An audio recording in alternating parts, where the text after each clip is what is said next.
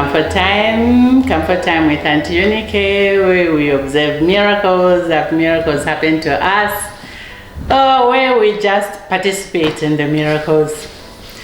The story I'm going to share with you today is a story where I'm appealing to the men who are on this platform not to click off. This is because you're going to thank me later. The story I'm sharing with you is on menstrual hygiene. As always, I'm appealing to you to subscribe, like, and share. And also, I'm appealing to you who are sending your comments in the on other platforms like WhatsApp, emails, and DMs. That if it's possible, please share on YouTube, share down below, because then others have access to it. What we share on other platforms is just between you and me, and you're sharing such intelligent, such encouraging in comments that can help other people. So the story I'm sharing, I'm also sharing that first it started with me. And like most of the stories I've shared stories that where I'm involved, where I've experienced most of the situations. In this situation, I was a young girl of about 16, not able to go to school because I was experiencing such pains, such period pains. In most cases, people talk to their mothers about such issues, but in my case I was close, very close to my father, and in most cases I went to him before I even went to mom. So he couldn't understand why I was not going to school, and mom tried to tell him that I was in pain and it was a women's thing and blah blah, but dad would not hear of it. My father was a policeman, and for him, everything he did as a policeman. So he told me to get up, dress up, and let's go to the hospital. So we went to the hospital, and he told the doctors she needs to go to school, but she's in pain, take care of it. I explained what my problem was, and the doctor said, look, we can give you this, it might give you relief, it might not, but it will pass. Then one nurse annoyed him by saying, oh, this will continue until she's had her first child. Now you're talking about a 16-year-old girl. So my father is like, she's 16, and you're telling me she'll continue suffering until she bears a child. What guarantees do you have that she wants to have a child, or she's going to have a child? Oh, but these things, that's what happened. So dad was very upset and kept on harassing the doctors. But of course, I kept on experiencing those pains until, as the nurse said, actually, if I'm honest, until when I had my first child, that's when I really got relief from the pain. So I don't know what the connection is there. Maybe those who do research can research and find out why, but I didn't understand that, why, it had to be like that.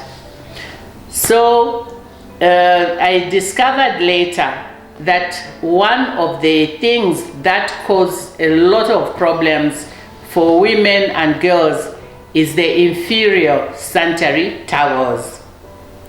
Sanitary towels are made from paper.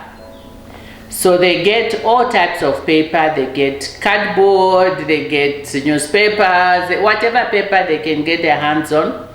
And they put that paper together, mash it, and then they put chemicals, because now if you look at cardboard, it's mostly different colors. So they put chemicals in the paper to make it white, because all sanitary towels are white. So now that those chemicals that they use to bleach the paper, those are the chemicals now that when the women are using the sanitary towels, they get into the body and start causing havoc. those inferior sanitary towels cause issues like sometimes you get an infection that is like an STI. Because when you use those inferior type sanitary towels, instructions should also be given that you should change every 2 hours. And they don't tell you that. And in most cases, the girls are given maybe a packet of sanitary towels. So one packet, maybe there are 12, maybe there are 10, and it's supposed to last you 5 days, in some cases 7 days. So what will happen now is that a child might use one towel the whole day. And if that happens, if you use one towel the whole day, what will happen is that now there's a buildup of bacteria.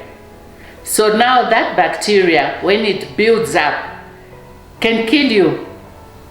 That bacteria causes STI-like infections. And why now I was telling the men not to click off is that when a woman has that STI infection caused from the sanitary towels and it's passed on to you, you automatically will think she's been promiscuous. She's been with other men, when in fact not. And sometimes she'll pass it on to you and you will have it, and then she will accuse you of passing it on to her, because she's not expecting that she got it from a sanitary towel. So now you also are confused because you know you didn't go anywhere, but yes, you have an infection. So now how do you explain the infection? So then problems now continue in the family. So awareness is very, very important. It's key. Now, when we talk of 100% sanitary towels, I know there's been a lot of talk on cotton sanitary towels. In the olden days, even now, I think in the villages, women still use cotton sanitary towels. But here's the thing. In the village, they just use cloth, and that cloth is eventually washed off and hung in the sun to dry, because it just looks like any ordinary cloth. But the ones that we are suggesting are where you've actually sewn together, meaning where you have sewn, there are now holes, which are now inlets for bacteria, and they are now pieced together. Now, meaning you need lots and lots of water, and in some places we don't have that much water. So now we are now bringing infections. So if possible, there's a way of ensuring that if we're going to have cotton towels, let them be just cloth like that was used in the villages before. Because now when we bring those towels, the sanitary towels, as we bring from town, we take them to the villages and we don't give them information that they should be changed every 2 hours and the risks of using them. What's going to happen is that now they were going to transport problems to the villages. Those villages will start having fights because there's now infections in the homes. The men are suffering from STIs, the women are suffering from STIs, and now they don't know where they're coming from. There's suspicions, there's mistrust. So all that can only be stopped if information is given. And this information is very, very important for lawyers and also counselors. As you counsel, this information is very important. You need to know that it's also possible that this came from other places, from a sanitary towel, not necessarily from other human beings. This information needs to be known by elders who are involved in any type of counseling, so that when issues come up, you are able to look at more areas, not just what is before you. Right now, the World Health Organization says 82% of women who go to clinics looking for problems, gyne problems, 62% of those problems are from inferior sanitary towels. And when you look at absenteeism, 20% of women who are not able to go to school, are not able to go to work, it's because of problems from inferior sanitary towels. So this is not something that we should be brushing aside. This is something we should all be concerned about, something that we need to look into and find solutions to. So if you have girl children, please ensure that you're getting them towels that are safe. Besides, all we need to do is find business people who are interested in opening factories that will provide 100% cotton towels. And with those cotton towels, they have a market for cotton growers, there will be employment offered, and there will be safety for the women. Because these inferior sanitary towels, they cause prolonged periods, in some cases even no periods at all. They cause even cervical cancer, they cause blocked tubes, they cause all sorts of issues, genital herpes, all sorts of ugly things. And we are not even aware. So we get sick and we don't know where such things are coming from. So please, I'm encouraging all of us to take an interest in looking at what are we providing. If we are not able to provide the 100% cotton towels, let's provide information to the women and to the girl child, because soon we're going to have more GBV, and that GBV is going to come from the sanitary towels that were given in good faith. So please share this information widely so that everybody who has women, sisters, wives, gives it to them and cautions them, ensuring that everybody is safe and everybody is happy.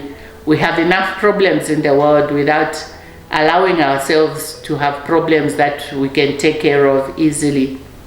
We have shared about sanitary towels and the importance of safe cotton sanitary towels. So when you're going to look for sanitary towels for your daughters, for your wives, or for yourselves, please ensure that you take time to look at the packaging. Look at what it's made of. It should say 100% cotton. If it's 100% cotton, you're safe. Then if it's not 100% cotton and you want to get it, ensure that you buy enough so that they are changed every 2 hours. Because after 2 hours, if they are not 100% cotton, then the bacteria multiplication is very large, and that is going to bring a lot of problems. To those like in the rural areas who are not able to access the safe sanitary towels, my advice would be to continue with cloth the way we use it traditionally.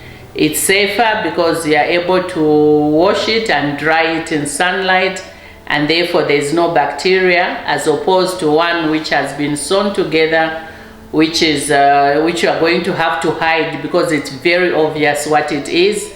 And when you put it in the dark, then bacteria now grows, and that bacteria is what will bring problems, will bring your STIs, will raise havoc in your system. I hope this information helps you to be more alert. I hope you continue to share with everybody widely, and also share with the fellow men, the men who have watched it to the end. I'm sure now you understand why I said watch it to the end. Please share with other men. Let's continue to be our brother's keeper. Let's continue to show love, encouragement, and uplift each other's lives. Thank you for watching. See you in the next video.